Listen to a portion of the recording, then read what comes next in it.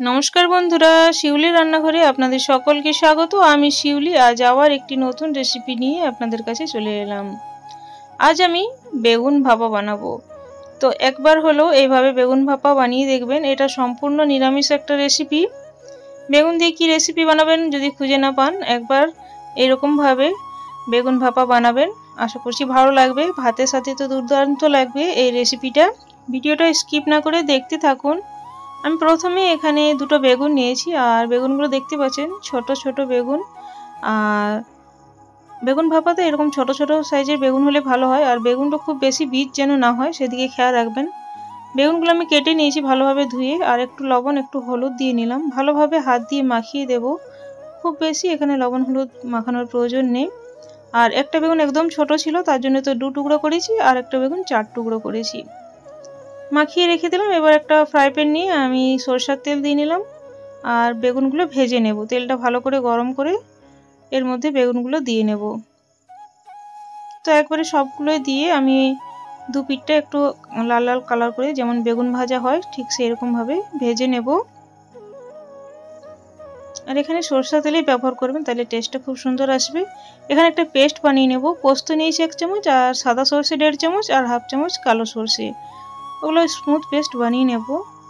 আর বেগুনগুলো এক পিঠটা হয়ে যাওয়ার পর উল্টে দেব, অপর পিঠটাও এরকম কালার করে ভেজে নেব।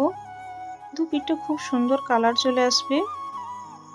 আর বেগুনগুলো ভাজা হয়ে যাওয়ার পর আমি কিন্তু তুলে নেব, অন্য একটা পাত্রের মধ্যে তুলে নিতে হবে। বন্ধুরা, আমার এই রেসিপিটা যদি আপনাদের ভালো লাগে তো প্লিজ লাইক শেয়ার কমেন্ট করে সাবস্ক্রাইব করে আমার পাশে থাকবেন। পাশে দিয়ে বেলটা প্রেস করে অল করে দেবেন, তাহলে নিত্য নতুন ভিডিও বা রেসিপি সবার আগে আপনাদের কাছে পৌঁছে যাবে। বেশি ভালো লাগলে প্রিয়জনদের কাছে শেয়ার করতে ভুলবেন না, তারাও এই রেসিপিটা সহজেই বানিয়ে খেতে পারবে।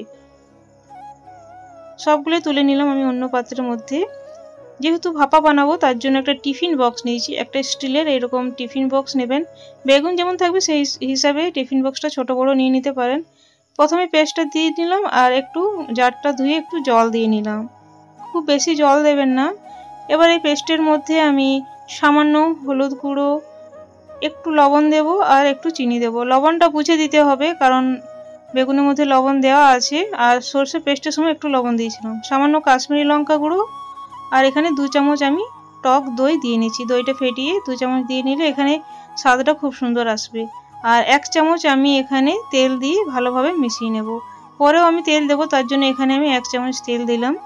এবার ভেজে রাখা বেগুনগুলো এই পেস্টের মধ্যে দিয়ে নেব, আর একটু করে ভালোভাবে মাখিয়ে নেবেন। বেগুনগুলো দেওয়ার পর এখন এভাবে আমি মাখিয়ে নিচ্ছি, সবগুলোই দিয়ে নেব। তো দেখুন সবগুলোই মাখিয়ে নিচ্ছি একই রকম ভাবে, আর সবগুলো দিয়ে নিয়েছি। আর এখানে আমি একটা ছোট সাইজের টমেটো এরকম গোল গোল চাকা করে উপর থেকে সাজিয়ে দেব। আপনারা চাইলে এটা দিতেও পারেন, আবার নাও দিতে পারেন। আর দুটো কাঁচা লঙ্কা আমি ছোট ছোট কুচি করে দিলাম, আর দুটো লঙ্কা আমি গোটা রেখেছি, একটু করে চিড়ে নিয়েছি শুধু মাঝে, ওগুলো দিয়ে নিলাম। ঝালটা যেমন খাবেন সেই হিসাবে সব কিছু দিয়ে নেবেন। এবার উপর থেকে আরও একটু তেল আমি দিয়ে নিলাম। এখানে সরষের তেল ব্যবহার করছি, অবশ্যই সরষের তেল দেবেন। আর 2 চামচের মতো তেল আমি দিয়ে ঢাকনাটা ঢেকে দেব। এটা বানাতে খুবই সহজ আর কম সময়ের মধ্যে তৈরি হয়ে যায়।